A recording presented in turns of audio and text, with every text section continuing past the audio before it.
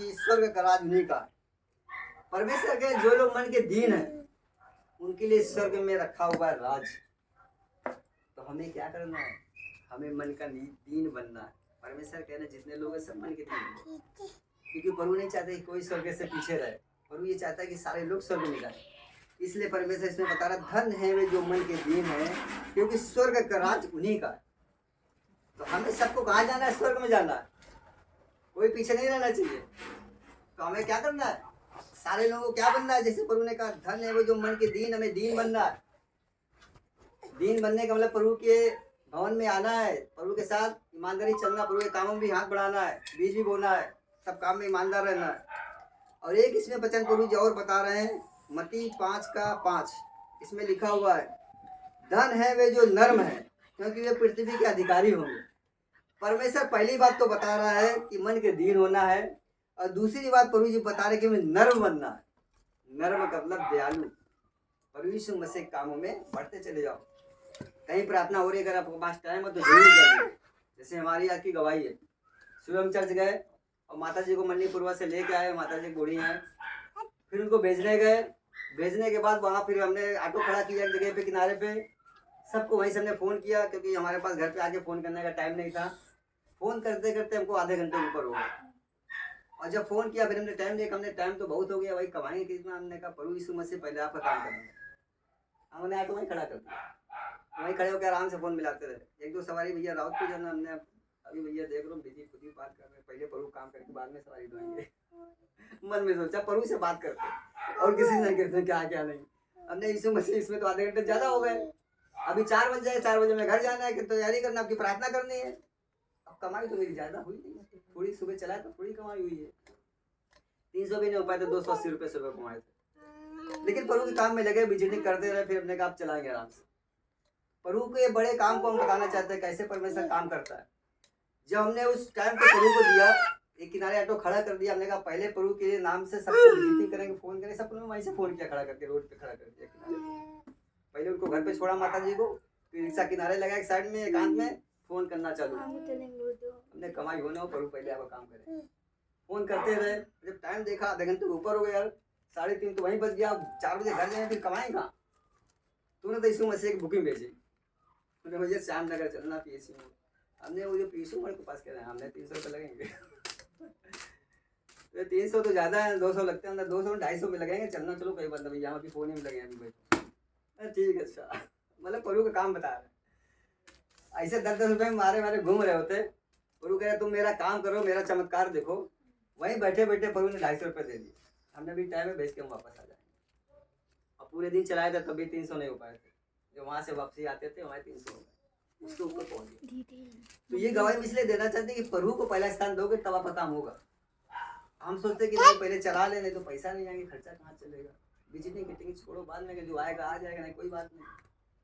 परमेश्वर कहता वचन में एक जगह लिखा हो, पहले मेरे धर्म राज की खोज करो, ये सारी वस्तु में तो यूं ही मिल जाएंगी।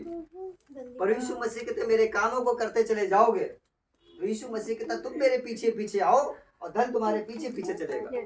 जब यीशु मसीह के पीछे आप चलेंगे तो पैसा अपने आप आपके पीछे आएगा। ये कभी ना सोचना कि हम अगर प्रभु की प्रार्थना में सुबह भी जा रहे हैं, शाम को भी जा रहे हैं, दोपहर में लोगों को भेजने जा रहे हैं, बताओ कमाएंगे कहाँ से? अरे यीशु मसीह कहता करके तो देखो। वचन में लिखा हो परख के देख तू यहोवा कैसा भला है। तुम परख के तो देखो। वचन में लिखा चख के देखो यहोवा कैसा भला है।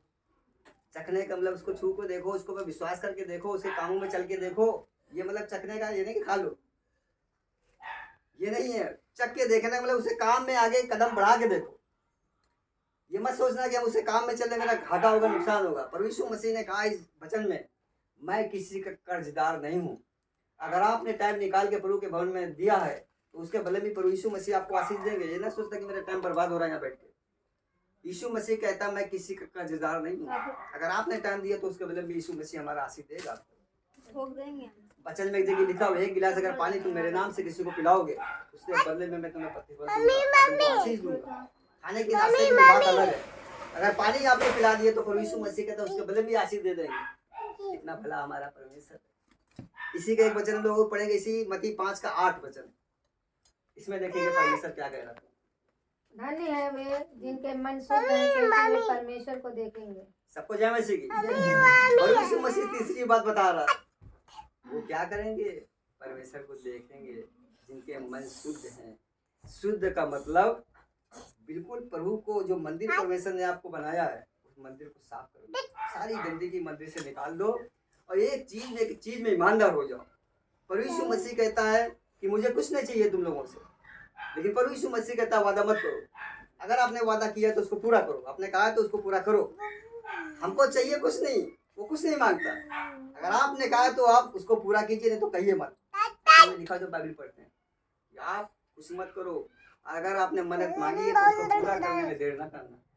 और पहली बात, मन्नत मानो नहीं, पहले सोच लो कि भैया कर पाएंगे नहीं कर पाएंगे। तो मन्नत नहीं मांगोगे फिर शैतान बगल में खड़ा है, आपने मन्नत इधर कैंसिल किया, उधर शैतान लेके चला जाएगा, वो जबरदस्ती छीन के ले जाएगा। आप दो ना दो, आप तो खुशी से भरो, तो खुशी से मांग रहा कि मन्नत मांगी पूरा करने में देर ना करना।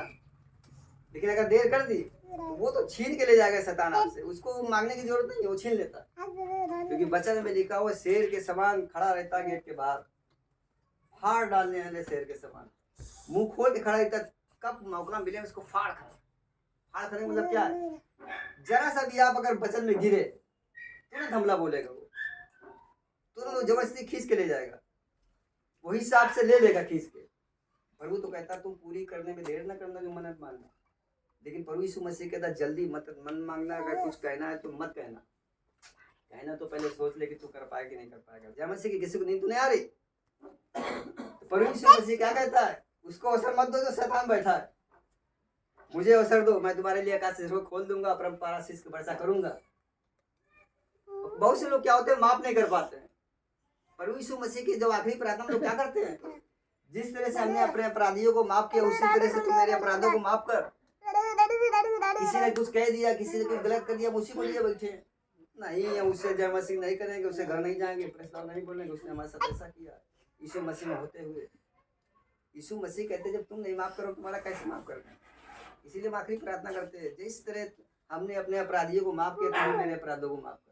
अपने अपराधी को तो माफ नहीं कर पा रहे, हम चाहते हैं प्रभु यीशु मसीह हमको माफ कर दे। एक गवाही बताएंगे फिर खत्म करेंगे। एक गांव था, गांव काफी बड़ा था। उस गांव में पास्टर जी आते थे प्रचार करने, और पास्टर जी बढ़िया हैंडसम थे, लंबे चौड़े थे, स्मार्ट। उस गांव में एक प्रधान था, प्रधान भी लंबा चौड़ा स्मार्ट था। प्रधान की वो पास्टर की शक्ल मिलती थी, लेकिन प्रधान पास्टर जी से बहुत जलता था, क्योंकि वो उनके गांव में प्रार्थना करने जाते थे। कुछ लोग एक घर में इकट्ठे होकर प्रार्थना करते थे, ज्यादा लोग नहीं आते थे, कुछ लोग आते थे। और प्रधान एक भाला लेके चलता था, उसके पास एक भाला था, गाँव में हमने देखा होगा भाला वाला लेके चलते, फरसा लेके चलते हैं। तो भाला लेके वो चलता था, जब भी चलता था। और उसने पास्टर जी को चेतावनी दी कि इस गांव में तुम प्रार्थना करने मत आना। फिर भी पास्टर जी जाते रहे। एक दिन उसने क्या किया, उसको गुस्सा आई प्रधान को, भाला लेके आए, उसने पास्टर जी को मार दिया जान से। और पास्टर जी जान से जब उसको मार दिया पास्टर जी को, तो पास्टर जी का एक जवान लड़का था। जब लड़के को पता चला तो लड़का भाई बहुत दुखी हुआ। फिर सारा काम जब निपट गया तो लड़के ने क्या, लड़का घोड़े से चलता था, जो पास्टर का लड़का था घोड़े से चलता था। तो उसने क्या किया, लड़का एक सूटकेस लेके आया, प्रधान के पास आया। और जब प्रधान के पास आए, घोड़े में बैठ करके घोड़े से उतरा और सूटकेस लेकर के वहां पे खड़ा हुआ। प्रधान फिर वही भाला लेके आया जिस भाले से उसने पास्टर को मारा था। और गांव वाले सब इकट्ठे हो गए कि अब ये प्रधान इस लड़के को मारेगा, क्योंकि पास्टर जी को मार दिया, अब ये लड़का आया, इसको भी मार देगा ये प्रधान।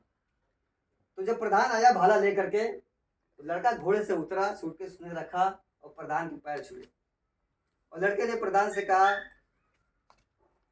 प्रधान जी आप मेरे पिता के समान हो, पिता की तरह आप दिखते हो, उन्हीं की तरह आप हो। हमको आपके शरीर से पिताजी नजर आते हैं। इस सूटकेस में मेरे पिताजी के कपड़े हैं, आप इन कपड़ों को पहन के खड़े होगे तो मेरे पिताजी की तरह लगोगे, हम सोचेंगे आप मेरे पिताजी। हम आपसे हाथ जोड़ते हैं, आप इन कपड़ों को लीजिए और इनको पहनिए। हम आपके शरीर से, आपके रूप से अपने पिताजी को देखेंगे। और प्रधान कायल हो गया, नर्म हो गया, प्रधान दीन हो गया। हमने इसके बाप को मार दिया जान से, और ये मेरे पैर छू रहा, मुझसे हाथ जोड़ रहा, विनती कर रहा है कि मेरे कपड़े पहन लो पिताजी के। आपके शरीर पे, आपके चेहरे से मुझे पिताजी नजर आते हैं। तो प्रधान बहुत खुश हुआ। प्रधान ने कहा ऐसा तुमने कभी देखा नहीं, इतने नर्म दीन होते यीशु मसीह के लोग कि हमने इसके बाप को मार दिया और उसने हमसे कुछ नहीं कहा। और ये हमसे कह रहा है कि हमें माफ करना।